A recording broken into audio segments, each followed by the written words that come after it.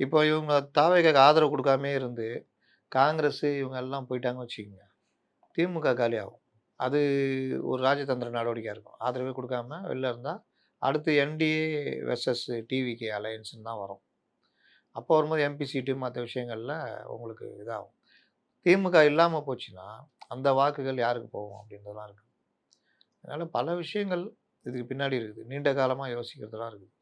காங்கிரஸ் இப்போ வெளிய போறதே திமுகவ பலவீனமாக்குறது தானே. தாவேகா கூட போறது பலவீனமாக்குறது தானே. அதே மாரி மக்கள் நல கூட்டணி அப்படியே போயிடுச்சு வச்சுக்கங்க. என்ன ஆயிடும்? படுபலகீனமாயிடும் திமுக. ஐயுஎம்எல்ல வச்சு என்ன பண்றது? அதனால அது ஒரு சிக்கலாகும். திமுக பலவீனம் ஆகும்ன்றது ஒண்ணு. இன்னொன்னு திமுகவோட கூட்டணி வச்சு எத வந்து இவரு தீய சக்தின்னு இந்த பிரச்சாரம் முழுக்க திட்டிட்டு இருந்தாரோ, அங்க இருந்து தான் இவங்களுக்கு சப்போர்ட் அவங்க ஆட்சியில கிடைக்குது. இருக்கவங்கள தானே திட்டினாரு. ம். கூட்டணி கட்சிகள திட்டலையே.